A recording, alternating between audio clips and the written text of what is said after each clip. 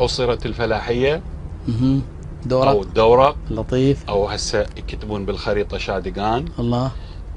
حوصرت من قبل البريطانيين وقصف مكثف على المنطقة. أميرها كان ذاك الوقت الأمير سلمان الكعبي.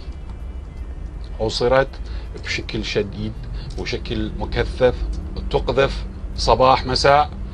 اجتمعوا المشايخ وعلى رأسهم الأمير سلمان الكعبي في المضيف عنده، مثل هيك مكان جمعهم يشوفوا لهم حل للخروج من هذا المأزق. وهم يسولفون دخلت عليهم بنت الأمير علياء الكعبية.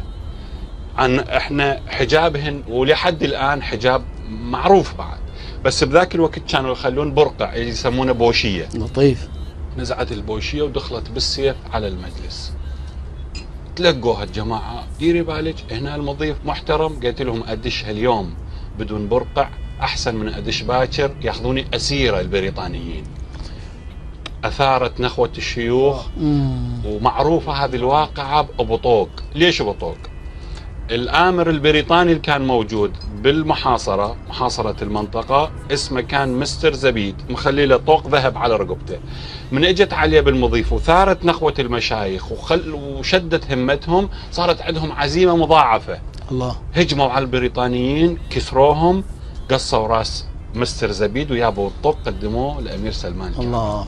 هذا واقعة يجب أن تدرس تنقل للأجيال، وحبيت أن جدا كلكم تأثرتوا بها. صحيح؟ واقع. شكرك. الله يخليك. هذا تاريخنا نعتز به، نفتخر به. ما هو تاريخ وهمي، ما هو تاريخ لا. مفتعل يجون يكتبون تاريخ ما له أي وجود. هذا التاريخ هذا النقل صحيح ومثبوت، واللي يريد أنطيه مرجع لهذه القضية. كتاب 500 عام تاريخ المنطقة، صفحة 301 و 302. الله لطيف. مرجع عنوان هذا عنوان للكاتب اللي نعتز به عبد النبي قيم.